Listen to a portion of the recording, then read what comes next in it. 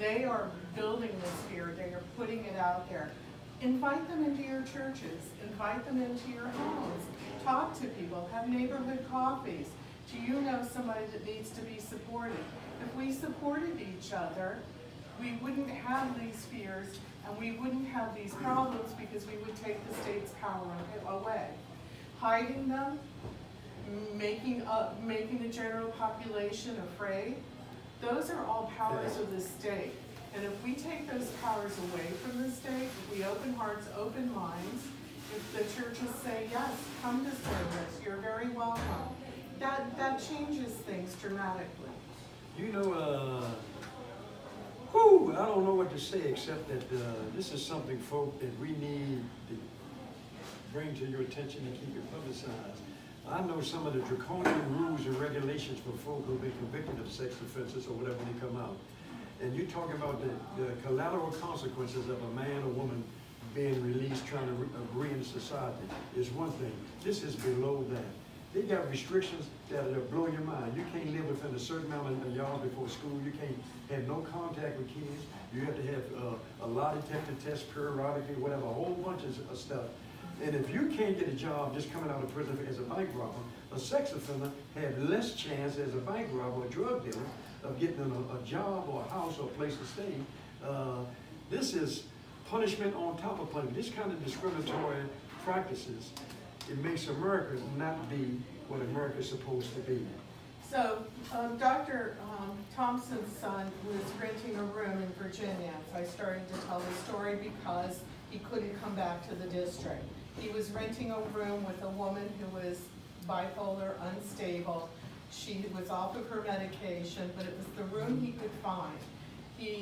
She called his probation officer and said, I don't want him here anymore. And so the probation officer called Richmond and said, I need money for one night, just one night.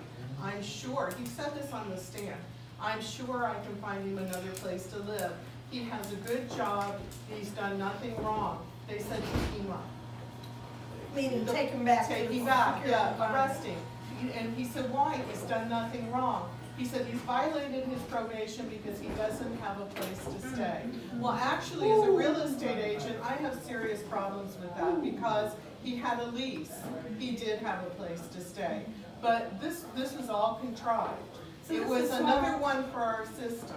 Yeah, this is like an extension of the whole broken probation and parole systems as well, where you're under kind of like indefinite supervision, you know, as well, sentences that stretch you on for years and years and years, like Meek Mill, and you can hardly never get out from others, you know, trip wires that land people back into incarceration. And in the situation with civil commitment, it is really indefinite because you know you just can't get out you know from under it. Well, we're documenting now where in Virginia we have judges who are refusing to hear cases.